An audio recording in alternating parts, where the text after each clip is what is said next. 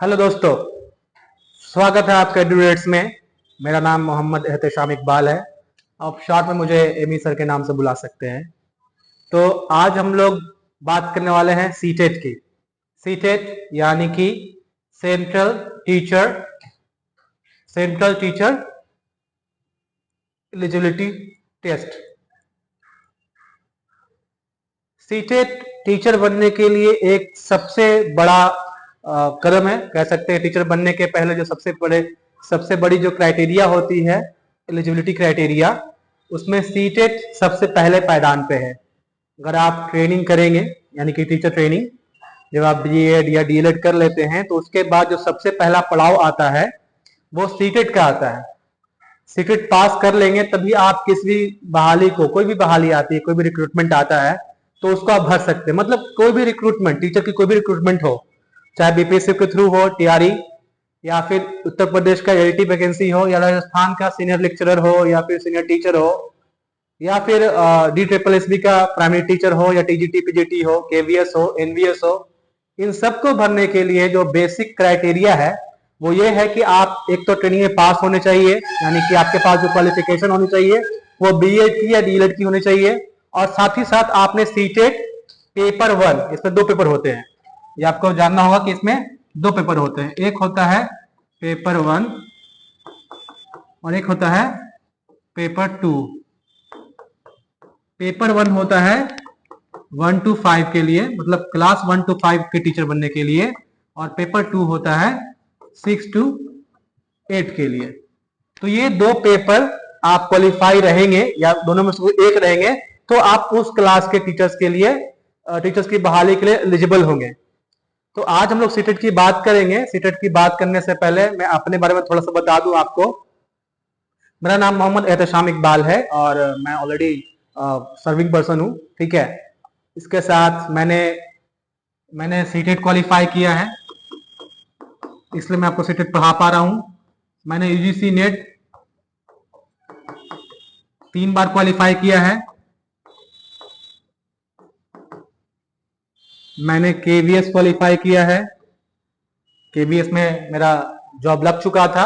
मेरी पोस्टिंग सिक्किम मिली थी, लेकिन चूंकि सिक्किम मेरे घर से बहुत दूर है इसलिए मैं नहीं गया। ऑलरेडी मैं स्टेट गवर्नमेंट की जॉब में हूँ, इसलिए नहीं गया, ठीक है। इसके अलावा मैंने जो है बिहार बीपीएससी का जो टीआरई है वो क्वालिफाई किया है। टीआरई 1.0, टीआरई 2.0 सब क्वालिफाई किया है। तो मेरे पास ठीक ठाक एक्सपीरियंस है सीटेट को पढ़ाने के लिए। सीटेट में बच्चे कैसे तैयारी करें, कैसे सीटेट को पास करें बिना किसी कोचिंग को ज्वाइन किए हुए, बिना किसी पर 1 रुपए खर्च किए हुए, ये मैं आज बताऊंगा। आप सीटेट मात्र 1 महीने में क्वालिफाई कर सकते हैं अगर आप 1 महीने लगातार हर दिन 2 घंटे पढ़ते हैं, बिना कोई 1 रुपया खर्च किए, बिना किसी कोचिंग को ज्वाइन किए हुए आप सीटेट आराम से क्वालिफाई कर सकते हैं। तो अभी हम ये बैच स्टार्ट करने का मतलब ये है, या जो मैं सीरीज स्टार्ट कर रहा हूँ इसका मतलब ये है कि अभी से आपके पास सफिशिएंट टाइम है। 2-3 महीने का समय है। सीटेट अब दिसंबर में होगा, तो दिसंबर में होगा तभी आपके पास सितंबर है, अक्टूबर है, नवंबर है। 3 महीने अगर आप आसानी से बढ़िया से पढ़ते हैं तो सीटेट आसानी से क्वालिफाई कर सकते हैं।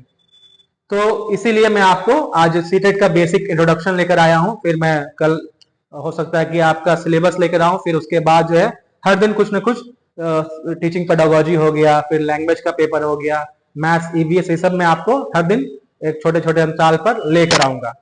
फिलहाल आगे बढ़ते हैं। आगे बढ़ने का मतलब ये है कि चूंकि आप जानते हैं कि टीचर बनने के लिए सबसे पहले जो है आपको सीटेट क्वालिफाई करना होता है, इसलिए सीटेट के बारे में थोड़ा सा जान लेते हैं। पहले जानने का सेंस ये है कि सीटेट क्या है, कितने नंबर का होता है, ये सब थोड़ा सा हम लोग पहले इसको देख लेते हैं, ठीक है। तो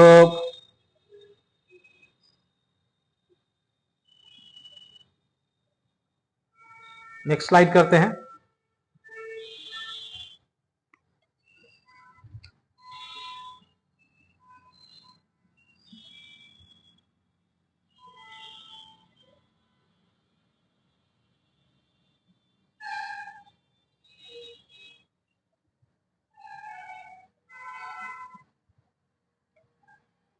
तो अब समझना ये होगा कि सीटेट है क्या, व्हाट इज सीटेट। जैसा कि मैंने बताया कि सीटेट का जो फुल फॉर्म होता है that is central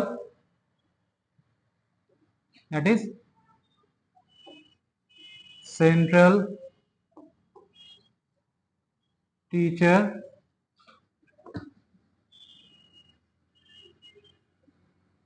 eligibility test, ये सीटेट का फुल फॉर्म है। क्योंकि ये जो टेस्ट है ये सीबीसी कंडक्ट करती है, सीबीएसई। सीबीएसई अगेन आप जानते होंगे जो central board of secondary education होता है, जो कि सेंट्रल का जो मैट्रिक का एग्जाम होता है उसको भी कंडक्ट करती है, सेंट्रल का जो 10+2 का एग्जाम होता है उसको भी कंडक्ट करती है। तो चूंकि ये सेंट्रल गवर्नमेंट कंडक्ट करती है, सेंट्रल गवर्नमेंट की एक इकाई है सीबीएसई, वो कंडक्ट करती है, इसलिए इसका नाम भी रखा गया है सेंट्रल टीचर एलिजिबिलिटी टेस्ट। अगर बिहार के सेंस में, बिहार में होता है बीटेट, बीटेट होता है। तो बीटेट जो अगेन इसको, इसका फुल फॉर्म होता है बिहार टीचर एलिजिबिलिटी टेस्ट। तो अगेन हर स्टेट के लेवल पे होता ही है। हरियाणा में स्टेट होता है, झारखंड में जेटेट होता है, ठीक है। किसी और स्टेट में, यूपी में यूपी टेट होता है। तो हर स्टेट अपना भी कराती है प्लस सेंट्रल भी कराती है। सेंट्रल का टीटी हर जगह वैलिड है, कुछ स्टेट्स को छोड़ के, जैसे हरियाणा और एमपी में सेंट्रल का टीटी वैलिड नहीं है। उसमें एक सुप्रीम कोर्ट का जजमेंट भी आया था, इसलिए वैलिड नहीं है। अगर उसमें हम लोग नहीं जाएंगे, बट हाँ फिलहाल यहाँ सीटेट को समझने के लिए बस इतना समझना है कि सीटेट का full form central teacher eligibility test होता है। और इसको कनेक्ट कौन करती है? इसको कनेक्ट करती है CBSE, central board of secondary education. साल में 2 बार एग्जाम होता है ये, लेकिन 2025 में भी एक बार भी नहीं हुआ है। उम्मीद है कि 2025 के दिसंबर में एग्जाम होगा, तो मोस्ट प्रॉब्ली अक्टूबर से फॉर्म भरने के लिए शुरू कर दिया जाएगा। अगेन हम जानते हैं कि ये बिना इसके हम टीचर नहीं बन सकते। तो टीचिंग में अगर करियर बनाना है तो इसका बहुत इंपॉर्टेंस है। बिना इसके टीचर आप बन ही नहीं सकते आज के डेट में कहीं भी। कुछ साल पहले तक बिना सीटेट की भी बहाली होती थी, 2019 तक। उसके बाद 2019 में एक जजमेंट आया सुप्रीम कोर्ट का, उसके बाद कहा गया कि कोई भी टीचर बिना सीटेट के बहाल नहीं होगा। अभी हाल में एक जजमेंट फिर आया है कि कोई भी टीचर अगर बहाल है ऑलरेडी तो भी उसे सीटेट पास करना होगा, सीटेट या भी कोई टीईटी को पास करना होगा। अगेन कहने का मतलब यह है कि आपको सीटेट पास करने के लिए, आपको जो टीचर बनना है उसके लिए आपको सीटेट पास करना होगा, इसलिए मैं आपको ये लेकर आया हूं। ठीक है, अब समझना है कि एग्जाम का पैटर्न क्या होता है। एग्जाम का पैटर्न का सेंस क्या है कि एग्जाम किस तरीके से होता है।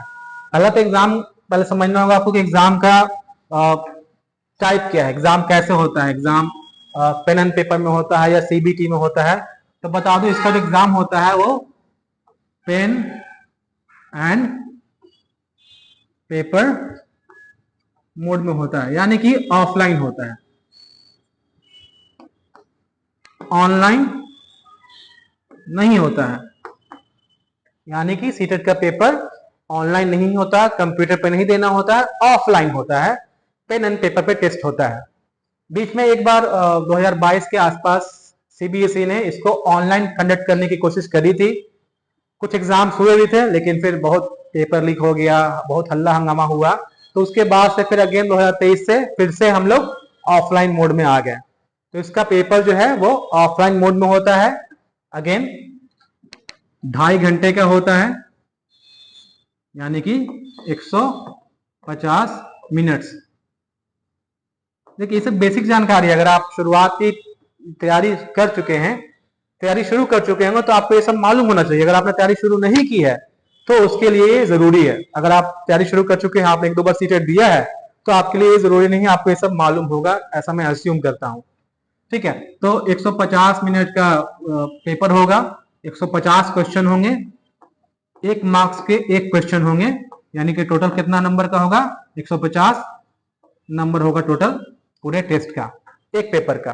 ठीक है, ऑब्जेक्टिव टाइप होगा क्वेश्चन सारा, नेगेटिव मार्किंग नहीं होंगे, यानी कि आप 150 क्वेश्चन को भी टिक करके आ सकते हैं। मान लिया आपने 100 क्वेश्चन कर लिया है, उसके बाद आपको समझ नहीं आ रहा कि कौन सा क्वेश्चन टिक करें, कौन सा नहीं करें, कौन सा ऑप्शन सही होगा ना गलत होगा, आप तुक्का भी लगा के आ सकते हैं। बट कोशिश कीजिएगा कि तुक्का आपका वैसा जगह लगे जो कि सही आंसर हो। ठीक है, तो ये बेसिक है, लेकिन क्या ये दोनों में है, मतलब पेपर 1 में भी?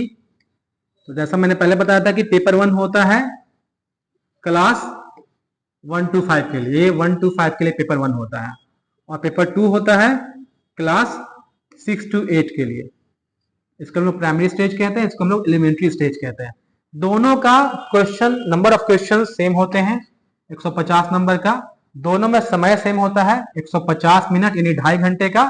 दोनों में ऑब्जेक्टिव टाइप क्वेश्चन ही होता है, और दोनों में निगेटिव मार्किंग नहीं होती है। ये सब सेम है, लेकिन सिलेबस में फर्क है। एक देकर आप 1 to 5 के टीचर बनेंगे, एक देकर आप 6 to 8 के टीचर बनेंगे। दोनों का पेपर अलग अलग टाइम में होता है। ये मॉर्निंग शिफ्ट में होता है, ये मॉर्निंग शिफ्ट में होगा, ये आपका आफ्टरनून शिफ्ट में होगा, यानी कि ये 9:30 to 12 o'clock होता है करीब करीब। ये आपका 2 से लेकर 4:30 तक होता है दोपहर में। डिपेंड करता है, थोड़ा बहुत चेंजेस इसमें आ सकते हैं। तो कहने का मतलब ये है कि दोनों का टाइम अलग होता है, पेपर अलग होता है, तो ऑब्वियसली बात है सिलेबस में भी कुछ फर्क होगा। हाँ, सिलेबस में भी कुछ फर्क है, वो भी समझना पड़ेगा आपको।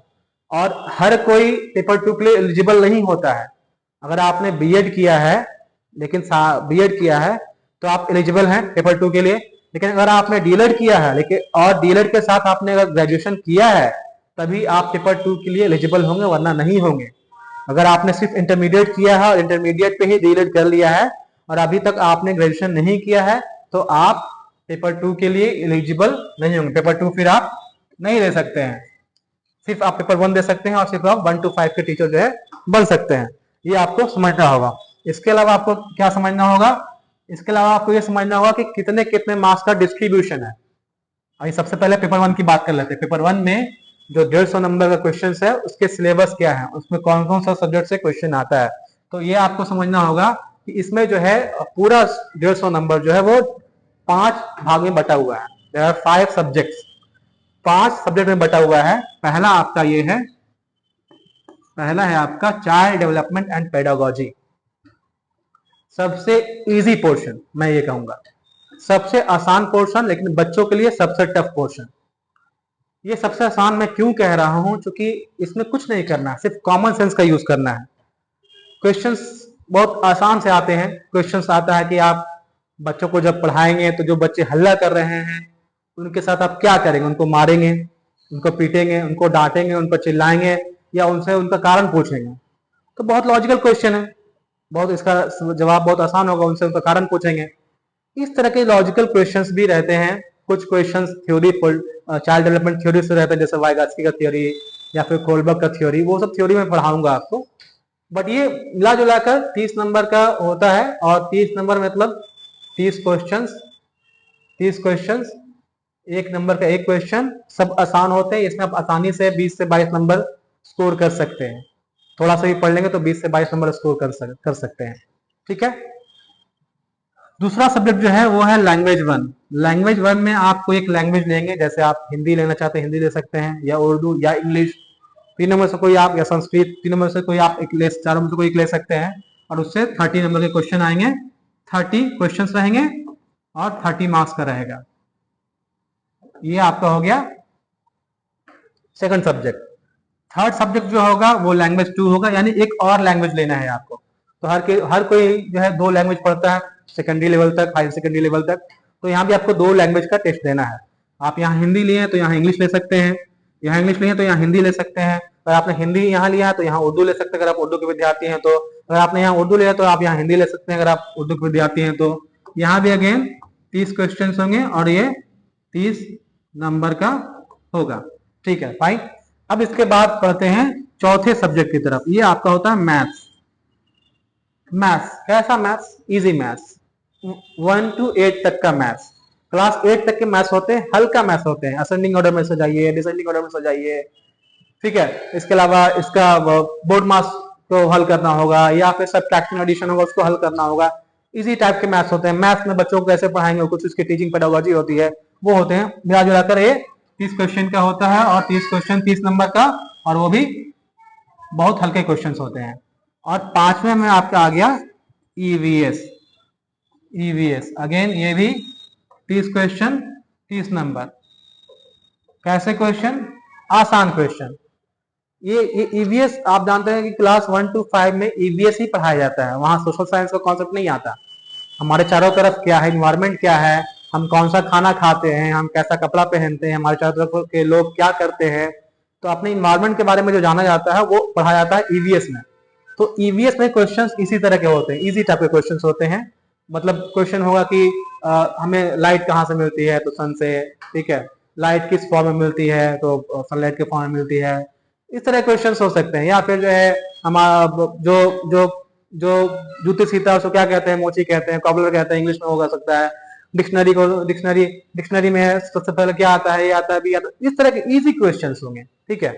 अगेन इन सारे इनके क्वेश्चंस कैसे होते हैं एग्जैक्टली वो अभी देखेंगे हम लोग। कुछ क्वेश्चंस भी मैं प्रीवियस ईयर के लेकर आया हूँ, उसको भी देख लेंगे। बट मिला जुला के समझे आप कि क्वेश्चन सारे 150 जो क्वेश्चंस होते हैं उसमें आपका, अगर आपने कुछ नहीं भी पढ़ा है तो आपका 70 से 80 मार्क्स तक अपने आप आ जाएगा। और थोड़ा अपने आप को पुश करेंगे तो जो कट ऑफ होता है वो 90 होता है। कट ऑफ का सेंस की एलिजिबिलिटी, आपको इतना पास करना ही है। तो 60% मार्क्स जनरल के लिए 60% मार्क्स यानी कि 90 नंबर लाना होता है। और ओबीसी के लिए या फीमेल के लिए ये थोड़ा कम है, ये 55% है, यानी कि 82 नंबर लाना होता है। तो अगर आप ओबीसी या ईडब्ल्यू या फीमेल हैं या एससी एसटी हैं तो आपको 82 नंबर लाना है। और आप जनरल कैटेगरी से बिलोंग करते हैं तो आपको 90 नंबर लाना है। अगर आपने इतना नंबर ला दिया तो आप सीटेट में पास कहलाएंगे। और अब बात कर लेते हैं पेपर 2 की। सीटेट का पेपर 2 जो है वो भी 150 नंबर का होता है, जैसा कि मैंने पहले बताया था। इसमें भी 150 क्वेश्चंस होते हैं, हर क्वेश्चन 1 मार्क का, तो टोटल 150 मार्क्स के क्वेश्चन होते हैं, पहली बात। दूसरी बात ये कि इसके लिए भी 2.5 घंटे यानी कि 150 मिनट्स का समय दिया जाता है, ठीक है। अब समझते हैं कि इसमें कौन कौन सा सब्जेक्ट होते हैं। तो इसमें 4 सब्जेक्ट होते हैं। पहला आपका सीडीपी, दूसरा लैंग्वेज 1, तीसरा लैंग्वेज 2 और चौथा या 5वां कहिए, दोनों में से कोई एक लेना है। मैथ साइंस लेना है या तो फिर सोशल साइंस लेना है। ये डिपेंड करता है आपके ग्रेजुएशन के सब्जेक्ट पे। अगर आपने ग्रेजुएशन में आर्ट्स लिया है तो आप सोशल साइंस ले लेंगे। अगर आपके ग्रेजुएशन के सब्जेक्ट में साइंस है तो आप मैथ साइंस ले लेंगे। तो हो गया कितना, 30 नंबर ये, 30 ये, 30 लैंग्वेज 2, 60 नंबर दोनों में से कोई एक, या तो मैथ साइंस या फिर सोशल साइंस।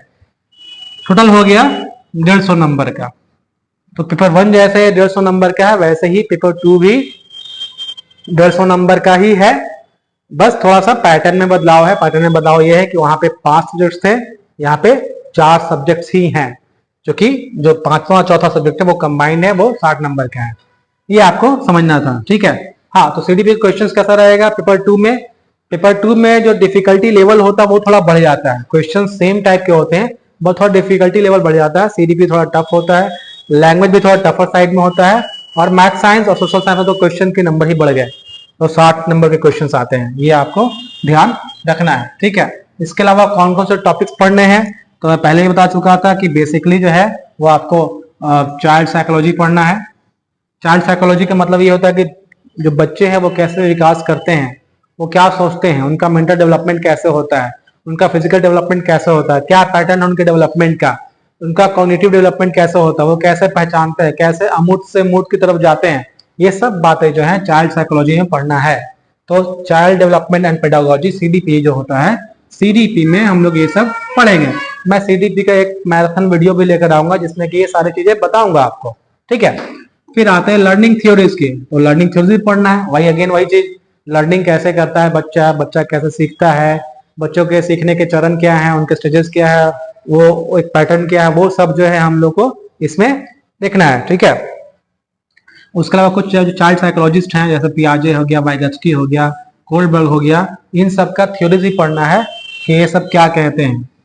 अगेन उसके बाद इंक्लूसिव एजुकेशन के बारे में पढ़ना है, स्पेशल नीड्स वाले बच्चों के बारे में पढ़ना है। इंक्लूसिव एजुकेशन क्या होता है, तो बहुत सारे बच्चे जो स्पेशल नीड्स में होते हैं, जो बच्चे फिजिकली हैंडीकैप्ड हैं या जो बच्चे मेंटली रिटार्डेड हैं, मेंटली वीक हैं, उन सबको भी कैसे अपने क्लास के टीचिंग में इनकलकेट किया जाए, कैसे उनको भी साथ में लेकर पढ़ाया जाए, ये सब हम लोग पढ़ते हैं इंक्लूसिव एजुकेशन में। तो इंक्लूसिव एजुकेशन के बारे में भी कुछ टर्म्स होते हैं, वो सब हम लोग को पढ़ना है, तो उसमें से कुछ क्वेश्चन बनते हैं, इसलिए पढ़ना है, ठीक है। टीचिंग मेथोडोलॉजीज, टीचिंग का तरीका क्या होगा, टीचिंग मेथड क्या होगा, ये सब भी बारे में पढ़ना है। मतलब लेक्चर मेथड से पढ़ा रहे हैं, डेमोन्स्ट्रेशन मेथड से पढ़ा रहे हैं, सर्वे मेथड से पढ़ा रहे हैं, या कोई और मेथड एक्सपीरियंस मेथड से पढ़ा रहे हैं, तो एक्सपीरियंशियल लर्निंग करा रहे हैं, तो वो सब जो है आपको इन सारे टॉपिक्स को हम लोग कवर करेंगे सीडीपी के क्लास में। तो ये भी आपको पढ़ना है, सीटेट की तैयारी करेंगे तो ये सब भी देखना होगा। लैंग्वेज में क्या देखना होता है, तो लैंग्वेज में हम लोग जानते हैं कि लैंग्वेज के जो क्वेश्चंस रहते हैं वो पैसेज में आते हैं, तो कॉम्प्रिहेंशन पैसेज देखना होगा हम लोग को, ग्रामर के क्वेश्चंस देखने होंगे, वोकेबुलरी यानी सिनोनिम्स एंटोनिम्स ये सब देखना होगा, ठीक है। लैंग्वेज का डेवलपमेंट का जो पेडागोजी होता है, मतलब लैंग्वेज किसी बच्चे को सिखा रहे हैं आप, उसके लिए कौन सा टीचिंग स्टाइल आप यूज करेंगे, उसको पेडागोजी कहते हैं, तो वो भी हम लोग को थोड़ा बहुत पढ़ना होगा, ये आपको ध्यान में रखना है, ठीक है। तो मैथ्स के कौन कौन से इंपॉर्टेंट टॉपिक हैं, मैथ्स से कुछ इंपॉर्टेंट टॉपिक्स यहाँ पर देख लेता हूं मैं। जैसे बेसिक अर्थमेटिक है, ठीक है, बेसिक अर्थमेटिक है, इसके अलावा अलजेब्रा है, ज्योमेट्री है, इन सबसे क्वेश्चंस आते हैं, बट बहुत टफ क्वेश्चंस नहीं आते हैं। ये क्वेश्चंस हम लोग देखेंगे इजी क्वेश्चंस रहते हैं, ठीक है। प्रॉब्लम सॉल्विंग अप्रोचेस, मतलब कुछ बोर्ड मार्क्स के मैथ्स हो सकते हैं, इंक्रीजिंग ऑर्डर डिक्रीजिंग ऑर्डर हो सकता है, इस तरह के मैथ्स रहते हैं, तो मैथ्स बहुत ईजी रहता है। ईवीएस में इन्वायरमेंटल कॉन्सेप्ट्स रहेगा, आसपास के बारे में रहेगा, कुछ ज्योग्राफी में रहेगा। ऐसे रहे क्वेश्चन हो सकता है कि तेलंगाना बिहार उड़ीसा से किस तरफ स्थित है, ठीक है। क्वेश्चन हो सकता है कि माउंट फ्यूजियामा, माउंट किलिमंजारो, ये सब जो माउंटेन्स है वो किस तरह के माउंटेन्स है, वोल्केनिक माउंटेन है या किसी और तरह के माउंटेन है, इस तरह के क्वेश्चंस भी हो सकते हैं। थोड़ा बहुत ज्योग्राफी से, थोड़ा बहुत साइंस से, इस तरह के क्वेश्चन आपके ईवीएस में रहेंगे। कुछ बेसिक साइंस के क्वेश्चन रहेंगे, फोटोसिंथेसिस के बारे में हो सकता है, कुछ और बेसिक साइंटिफिक फैक्ट्स होते हैं, लाइट के बारे में हो सकता है, रिफ्लेक्शन रिफ्रैक्शन के बारे में हो सकता है, तो ये सब भी आपको नॉलेज होनी चाहिए, ठीक है। कैसे तैयारी करेंगे, तो किसी भी चीज की तैयारी करने के लिए मैं आपको बता देता हूँ, ये एक रामबाण है, दुनिया का कोई भी एग्जाम हो उसकी तैयारी करने के लिए आपके पास जो है वो 3 चीज होनी चाहिए, मतलब आपको 3 चीज करना है बेसिकली। पहला पीवाईक्यू सॉल्व करना है, सबसे पहले उस एग्जाम का पीवाईक्यू देखना है आपको, प्रीवियस ईयर क्वेश्चंस देखना है। प्रीवियस ईयर क्वेश्चंस में ये देखना है कि कौन कौन से क्वेश्चंस पहले पूछे जा चुके हैं, किस तरह के क्वेश्चंस पूछे जा चुके हैं, उन पीवाईक्यू को एक बार आप सॉल्व करें तो आपको समझ में आएगा कि आपका लेवल क्या है, और उसके बाद ही उसकी तैयारी करें। PYQ is the first step to crack any government examination, चाहे वो कॉम्पिटिटिव हो या फिर किसी चीज की पढ़ाई एंट्रेंस का हो। सबसे पहले पीवाईक्यू देखना है, सबसे पहला सीढ़ी पीवाईक्यू। दूसरी सीढ़ी क्या है, रिवीजन। दूसरी सीढ़ी है रिवीजन, तो दूसरा में आप रिवीजन करेंगे, ठीक है। रिवीजन कैसे करेंगे, तो आपने अगर नोट्स तैयार कर रखा है तो उसका रिवीजन करेंगे। देखिए माइंड क्या है, लिमिटेड है, ब्रेन में एक लिमिटेड मेमोरी है, आज आप इसमें कुछ डालते हैं, कल कुछ नया डालेंगे, आज का चीज डिलीट हो जाएगा, तो आप जो भी पढ़ रहे हैं वो रिटेन कैसे रख पाएंगे। आपको रिवीजन करना होगा, हर दिन रिवीजन करना होगा, हर सप्ताह रिवीजन करना होगा, हर 2 दिन पर रिवीजन करना होगा, तो revision is the key to success, हम लोग मानते हैं ऐसा। तो रिवीजन करना ही आपको, सीटेट की तैयारी करें रिवीजन करना, किसी और चीज की तैयारी करें रिवीजन करना, बिना रिवीजन के आप कोई भी चीज क्रैक नहीं कर सकते, कोई एग्जाम क्रैक नहीं कर सकते हैं, ये ध्यान देना है आपको। और तीसरा है मॉक टेस्ट। मॉक टेस्ट, तो आपको मॉक टेस्ट लगाने हैं, बिना मॉक टेस्ट के आप कोई भी चीज नहीं समझ पाएंगे कि आपकी जो टाइम मैनेज हो पा रही है कि नहीं हो पा रही है, आप नेगेटिव कितना ले रहे हैं, आप कितना क्वेश्चंस को सॉल्व कर पा रहे हैं।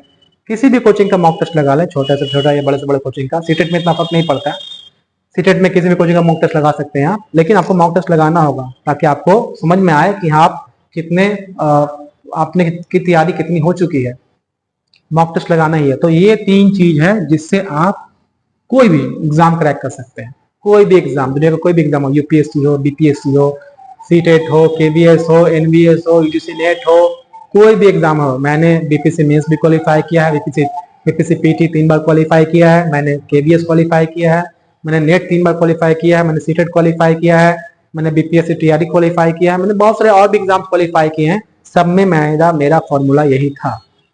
तो आपका भी फॉर्मूला यही होना चाहिए, पीवाईक्यू सॉल्व कीजिए, रिवीजन कीजिए, मॉक टेस्ट लगाइए, ये अगर आपने कर लिया तो आप सीटेट आसानी से क्वालिफाई कर सकते हैं, ठीक है। तो उसी के बारे में है कि कैसे तैयारी करनी है, आपको सिलेबस समझना है, एग्जाम पैटर्न को समझना है, बता चुका हूं मैं। प्रीवियस ईयर क्वेश्चन को प्रैक्टिस करनी है, टाइम मैनेज करना है, मॉक टेस्ट लगा के एनसीईआरटी बुक्स पे फोकस करना। अगेन ये बहुत इंपॉर्टेंट है बिकॉज आजकल सारे एग्जाम्स में क्वेश्चंस एनसीईआरटी से ही पूछे जाते हैं, तो आप एनसीईआरटी को पढ़ सकते हैं। 1 to 8 का एनसीईआरटी डाउनलोड कर लीजिए आप। 1 to 8 का एनसीईआरटी आप डाउनलोड कर सकते हैं वेबसाइट से और वहां से सॉफ्ट कॉपी में पढ़ सकते हैं, ठीक है। पेडागोजी कॉन्सेप्ट को रिवाइज कीजिए, यानी जो टीचिंग सीडीपी होता है, जो चाइल्ड डेवलपमेंट पेडागोजी, उसके जो कॉन्सेप्ट उसको डेली रिवाइज कीजिए, नहीं तो आप भूल जाएंगे। तो इस तरह से आप तैयारी कर सकते हैं। रिसोर्सेज कहाँ से लाएं, मटेरियल्स, तो मटेरियल्स कुछ मैं दूंगा आपको, ठीक है। कुछ आप एनसीईआरटी के टेक्स्ट बुक से लें, एनसीईआरटी पढ़ें, रिवाइज करें। सीटेट का ऑफिशियल वेबसाइट ctet.nic.in पे जाकर वहां का प्रीवियस ईयर क्वेश्चंस डाउनलोड कर लें, प्रीवियस ईयर पेपर्स को सॉल्व करें, मॉक टेस्ट लगाएं।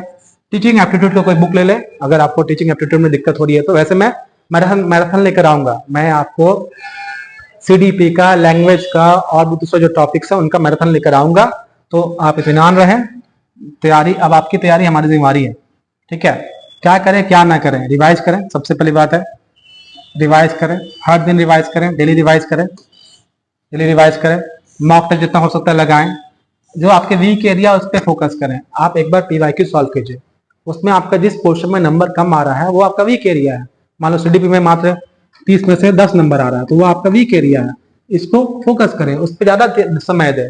लैंग्वेज में कम नंबर आ रहा है इंग्लिश में, उस पर ज्यादा फोकस करें, उस पर ज्यादा समय दें आप। कहने का मतलब ये है कि आपको वीक एरिया पे फोकस करना होगा। क्या ना करें, तो गलती से भी सीडीपी को स्किप ना करें। सीडीपी बहुत इंपॉर्टेंट है। इंपॉर्टेंट इसलिए है बिकॉज सीडीपी से बहुत सारे क्वेश्चंस आते हैं।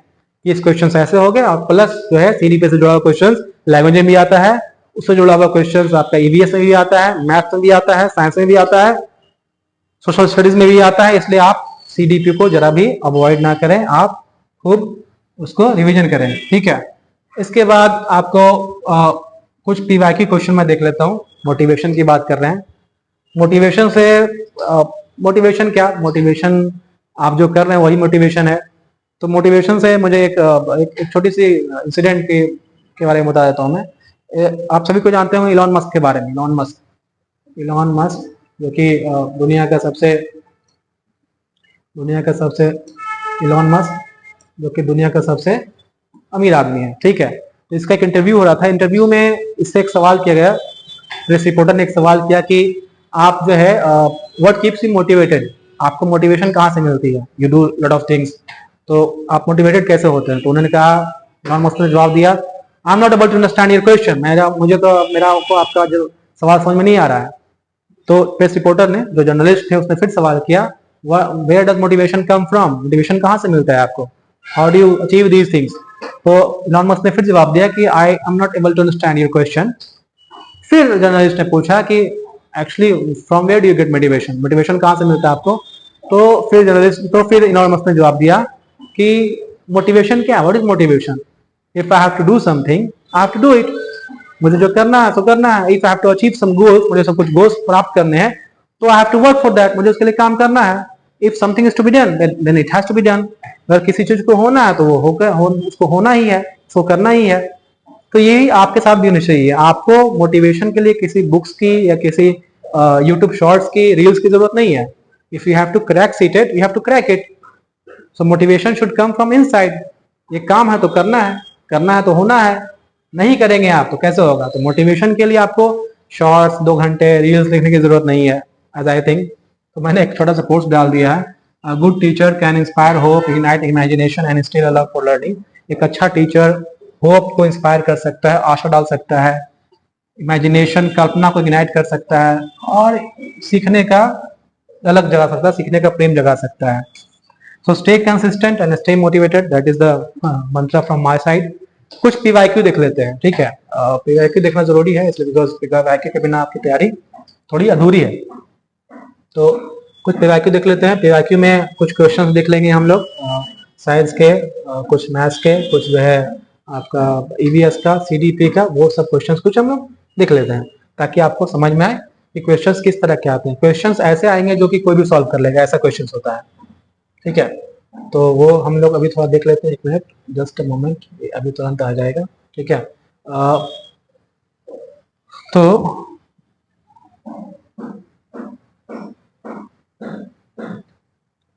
Just moment, 1 minute.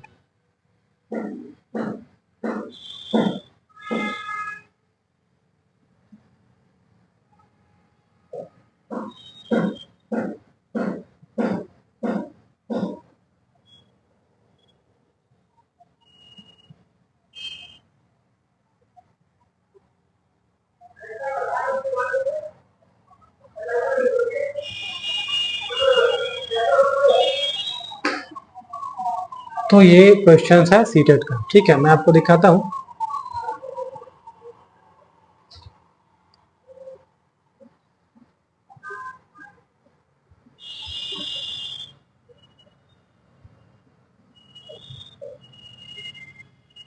थोड़ा नीचे आ गया है, मैं आपको शुरू से दिखाता हूं। सबसे पहले जो है वो क्वेश्चन है सीडीपी का। हर जगह पे सबसे पहले क्वेश्चन सीडीपी का ही आएगा। मैं सीडीपी से शुरू करता हूं, उसके बाद आपको आगे लेके चलूंगा। पेज नंबर 1 आई थिंक अब आने वाला है।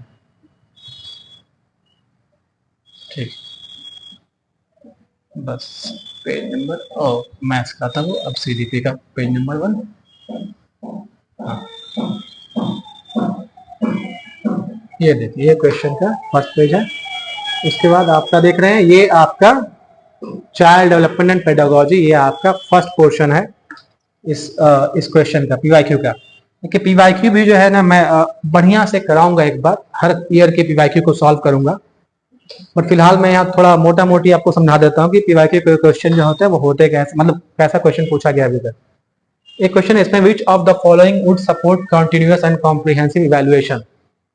तो सीसीई इसको कहते हैं हम लोग शॉर्ट में। तो सीसीई जो है वो, सीसीई जो है वो कैसा होता है, सीसीई में क्या क्या इन्वॉल्व होता है।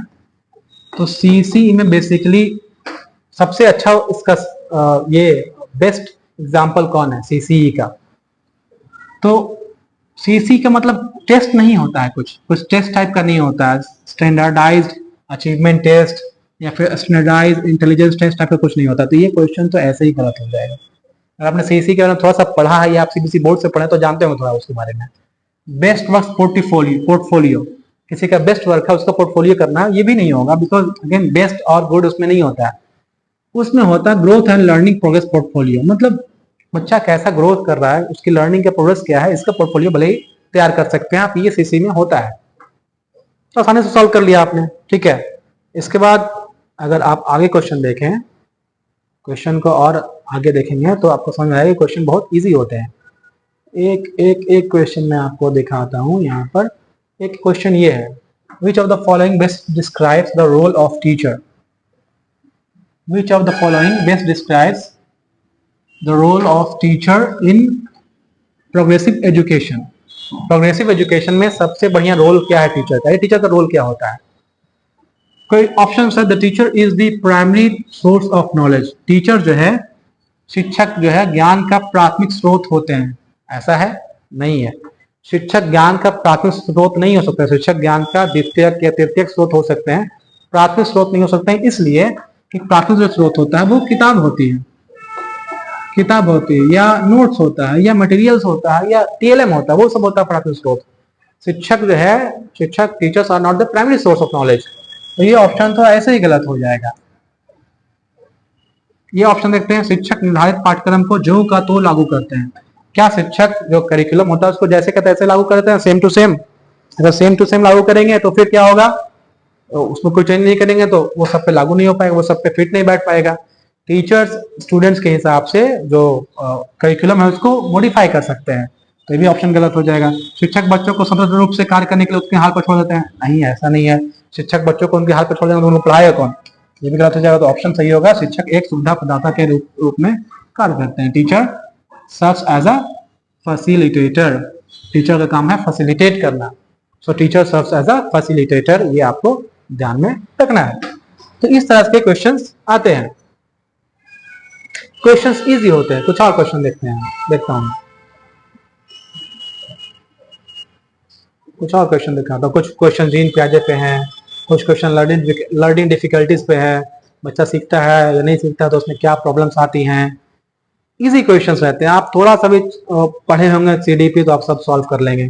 ठीक है, जैसे growth in height and weight of children is an example of.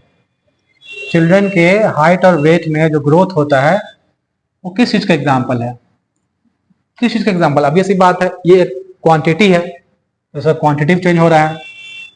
और क्या हो सकता है? ये क्वालिटेटिव चेंज हो नहीं सकता, अफेक्टिव डोमेन में चेंज नहीं हो सकता, कॉग्निटिव डोमेन में चेंज हो नहीं सकता इससे। ये सब ब्रेन से डेवलपमेंट है, तो ये ऑप्शन गलत, ये ऑप्शन गलत, ये ऑप्शन गलत। ये क्या है? इसका क्वांटिटेटिव चेंज हो रहा है, इसके क्वांटिटी में चेंज आ रहा है, उसका हाइट बढ़ रहा है, वेट बढ़ रहा है। ठीक है, तो ये इस तरह का क्वेश्चन बहुत ही इजी होता है सर, आप आसानी से सॉल्व कर सकते हैं। कुछ और देखते हैं सब्जेक्ट्स का, जैसे मैथ्स का है। मैथ्स में देखिए, मैथ में कुछ क्वेश्चन देख लेते हैं। मैथ्स में क्वेश्चन है कि इसको डिक्रीजिंग ऑर्डर में या इंक्रीजिंग ऑर्डर में करना है, आसानी से सॉल्व कर लेंगे। क्या ये सॉल्व नहीं होगा? या फिर मैथ्स में क्वेश्चन ऐसे हैं कि एक कितना easy question, 1 crore is, 1 crore होता है, तो 1 करोड़ कितना होता है किसको नहीं मालूम? 1 करोड़ इज 10 मिलियन, सब जानते हैं। इससे इजी क्वेश्चन होगा दुनिया में? इससे इजी क्वेश्चन दुनिया में हो ही नहीं सकता है। तो इस तरह क्वेश्चन होते हैं, आप जो है 60 से 70 क्वेश्चन ऐसे ही सॉल्व कर लेंगे बिना किसी पढ़ाई के। बाकी थोड़ा पढ़ लेंगे तो आप 90 तक पहुंच ही जाएंगे, 90 नंबर तक। और कट ऑफ कितना होता है? जनरल का कट ऑफ जो होता है वो कट ऑफ मतलब कि पास करने का क्राइटेरिया जो होता है वो 90 नंबर होता है, 60%। और ओबीसी, एससी, एसटी और फीमेल का होता है 82 नंबर, 55%। तो इतना तो आसानी से लेते आएंगे ना आप, ये तो आराम से लेते आएंगे आप। तो इस तरह क्वेश्चन होते हैं। फिर हम लोग जो है ना किसी और दिन आप मैं मैराथन वीडियो भी लेकर आऊंगा सारे सब्जेक्ट्स का। और पीवाईक्यू को जो है हम लोग 24 के पीवाईक्यू के 2023 के पीवाईक्यू को ये वाइज सब्जेक्ट वाइज अलग अलग सॉल्व करेंगे, आधे आधे घंटे के वीडियो पे अलग अलग उसको सॉल्व करके बताएंगे आपको कि इसका आंसर क्या होना चाहिए था, इसका आंसर क्या होना चाहिए, इसका आंसर कैसे लाएंगे, इसका आंसर कैसे लाएंगे। ठीक है, तो आज के लिए इतना ही रखते हैं वीडियो को। आप पढ़ते रहिए, मोटिवेशन की जरूरत नहीं है आपको, आपका मोटिवेशन खुद यही काफी है कि आपको टीचर बनना है। और मेरे वीडियोस को लगातार देखते रहिए, मेरे वीडियोस को शेयर कीजिए, लाइक कीजिए, सब्सक्राइब कीजिए, क्योंकि अभी मैं बहुत सारे वीडियोस लेकर आने वाला हूँ सीटेट पे और भी बहुत दूसरे सारे कॉम्पिटिटिव एग्जाम्स पे। So keep in touch, till then take care, good bye, bye bye.